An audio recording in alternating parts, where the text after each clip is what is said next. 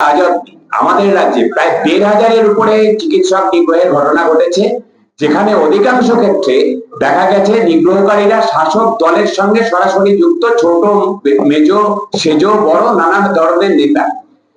আমরা দীর্ঘকাল আন্দোলনে আছি, রাস্তায় আছি চিকিৎসকদের উপর নিগ্রহের বিরুদ্ধে, কিন্তু তারপরেও সরকার খুব কম জায়গাতেই গ্রেপ্তার করেছে এবং যেগুলোতে গ্রেপ্তার করেছে সেগুলিতে জামিন যোগ্য ধারা, লঘু ধারা যোগ করেছে। অথচ আমাদের রাজ্যে আমরা চিকিৎসক আন্দোলনের ফসল হচ্ছে 2009 সালে আমরা একটা আইন বের করেছিলাম রাজ্য বিধানসভা থেকে, যে এরকম যারা চিকিৎসকদের নিগ্রহ করবেন, হাসপাতালে ভাঙচুর করবেন, তাদের জামিন অযোগ্য ধারায় মামলা হবে, তাদের বিরুদ্ধে গ্রেপ্তার হবেন এবং যা ভাঙচুর হবে তার ক্ষতিপূরণ তাদের বাকি আছে থেকে আদায় করা হবে। এই আইন প্রয়োগ কোথাও করা হচ্ছে না। দ্বিতীয়ত যেটা, যে আমরা প্রথম থেকে বলছি যে এই যে চিকিৎসক বিরোধী নানা রকম মতামত শাসক দলের নেতা মন্ত্রী নানা রকম করছেন, তাতে কিন্তু চিকিৎসক রোগী সম্পর্ক হচ্ছে যে অবনতি হতে বাধ্য। চিকিৎসকদের বিরুদ্ধে উত্তেজিত করছেন তারা, যারা সরকার চালাচ্ছেন তারাই চাইছেন যে সরকারি হাসপাতালে হামলা হোক। মানে এইরকম আমরা কখনো দেখিনি যে সরকারি পক্ষ, সরকার শাসক দল, তারা চাইছেন তাদের পরিচালিত সরকারের হচ্ছে যে হাসপাতালগুলো রয়েছে সেখানে হামলা হোক। এটা হচ্ছে যে আমরা দেখছি। ৩ নম্বর, যেটা আমরা বারবার বলেছি, যে সিসিটিভি ক্যামেরাতে থ্রেট কালচার, এই যে হুমকির সংস্কৃতি, ভয়ের আবহ, সেটাকে ধরা যায় না। প্রাইভেট সিকিউরিটি গার্ড দিয়ে এটাকে আটকানো যায় না। তাহলে যেটা দরকার সেটা হচ্ছে আইনের শাসন।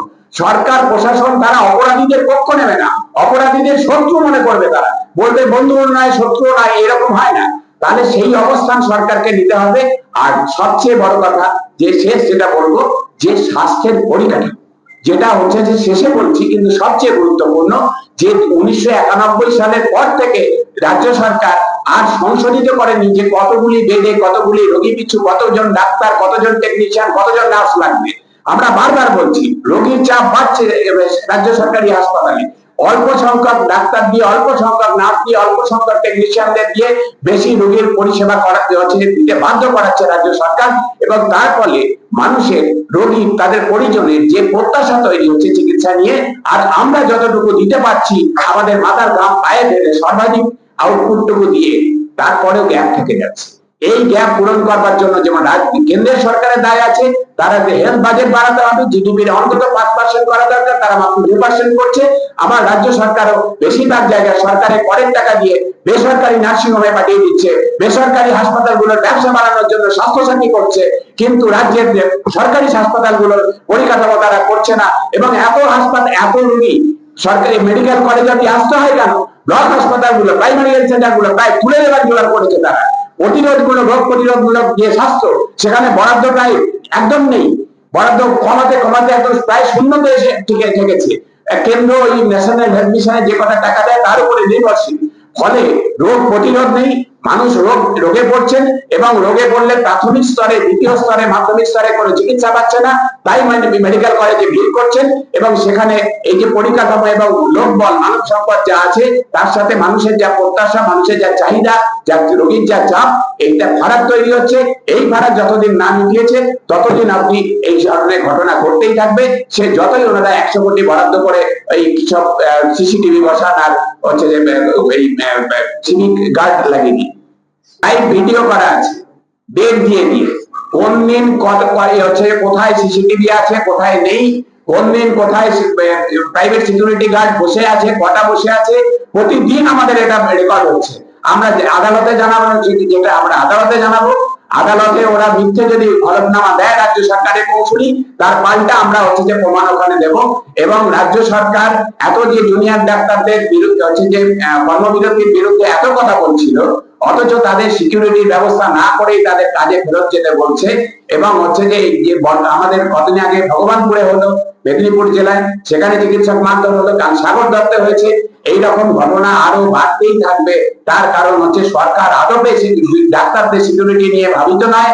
তারা একমাত্র ভাবিত হচ্ছে যারা দুর্নীতিগ্রস্ত, হচ্ছে যে যারা হচ্ছে যে অপরাধী, তাদের সেই নিরাপত্তা নিয়ে। কোন রকমের চিকিৎসকদের বলুন, সাধারণ মানুষের বলুন, নারীদের বলুন, হচ্ছে যে শ্রমজীবী মানুষ, পেশাজীবী মানুষ, বুদ্ধিজীবী মানুষ, সমাজের যে সাধারণ মানুষ বলতে যারা বুঝি, তাদের নিরাপত্তা নিয়ে এই সরকার ভাবিত না। হচ্ছে যে সরকার মনে করে 7 দিনে ডাক্তার করবো, 4 দিনে নার্স করবো আর 3 দিনের নিরাপত্তা রক্ষী বাড়াবো, সেই সরকারকে বলার কিছু নেই। তার কারণ আইনসভাতে যারা পাঠান তাদের রাজনীতি জানেন না যারা, তাদেরকে যেমন তারা সংসদে পাঠান, বিধানসভায় পাঠান, সেই রকম করে হচ্ছে তারা চুপ করে থাকবেন। হচ্ছে যে হাত তোলা সাংসদ আর হাত তোলা বিধায়ক আমাদের হচ্ছে ভরে গেছে আমাদের রাজ্য। একই রকম ভাবে তারা মনে করেন যে 2 দিন ট্রেনিং দিলে হচ্ছে সিকিউরিটি গার্ড হয়ে যাবে, 2 দিন বা 3 দিনের মডিউলার ট্রেনিং দিলে। সিকিউরিটিটা অত সহজ নয়, বিষয় না। সিকিউরিটি দেওয়া হচ্ছে যে তার 2-3টে ব্যাপার থাকে। একটা হচ্ছে যে তার কিছু টেকনিক্যাল বিষয় থাকে, আর সবচেয়ে আমরা বারবার বলছি সিকিউরিটি হচ্ছে একটা সামাজিক বিষয়, নিরাপত্তা হচ্ছে সামাজিক রাজনৈতিক বিষয়। আরো পরিষ্কার করে বলতে গেলে লাগবে যেটা রাজনৈতিক সদিচ্ছা এবং সমাজে আইনের শাসন, এই দুটোই আমাদের রাজ্যে নেই। তারপরে তো মডিউল 3 দিনের হবে না 30 দিনের হবে সেটা তো পরের কথা। রাজ্যের স্বাস্থ্য ক্ষেত্রে নয়, রাজ্যের প্রতিটি ক্ষেত্রে প্রতিটি মানুষ তার অভিজ্ঞতায় মিলিয়ে নিতে পারেন, তার বাসস্থানে, তার কর্মস্থানে, রাজ্যের প্রতিটি গ্রামে, প্রতিটি মফস্বলে, প্রতিটি শহরে, শহরের পাড়ায় পাড়ায়, প্রতিটি ওয়ার্ডে, প্রতিটি গ্রামে, সমস্ত জায়গাতে, এমনকি বাজারে হচ্ছে যে যিনি সবজি বিক্রি করেন তিনি হচ্ছে যে ট্রেড কালচারের শিকার, যিনি রিক্সা চালান তিনিও ট্রেড কালচারের শিকার। তার কারণ কি এই ভয়ের আবহাওয়াটা টিকিয়ে রাখতে হবে। দুর্নীতির যে লুটতরা, যে লুটের যে রাজত্ব, এটাকে টিকিয়ে রাখতে গেলে এই ভয়ের আবহাওয়াটা দরকার হয়। সেই জন্যই হচ্ছে যে ভয়ের আবহ। আর আজকে ভয় ভেঙে মানুষ যেহেতু পথে নেমেছে, এই ভয়ের সংস্কৃতির বিরুদ্ধে, হুমকির সংস্কৃতির বিরুদ্ধে কথা বলছে জোর গলায়, সরকারের রক্তচক্ষু, প্রশাসনের রক্তচক্ষু আর মানছে না। সেই জন্যই হচ্ছে সরকার ভয় পাচ্ছে, আর ভয় পেয়ে হচ্ছে আরো দমন পীড়ন নামানোর চেষ্টা করছে। কিন্তু পৃথিবীর ইতিহাস বলে, যুগে যুগে মানব সভ্যতার ইতিহাস বলে, যখনই রাষ্ট্রীয় দমন পীড়ন যত বেশি করে নামবে তত হচ্ছে সাধারণ মানুষের দ্রোহ বাড়বে, বিদ্রোহ বাড়বে এবং হচ্ছে প্রতিবাদ প্রতিরোধ বাড়বে।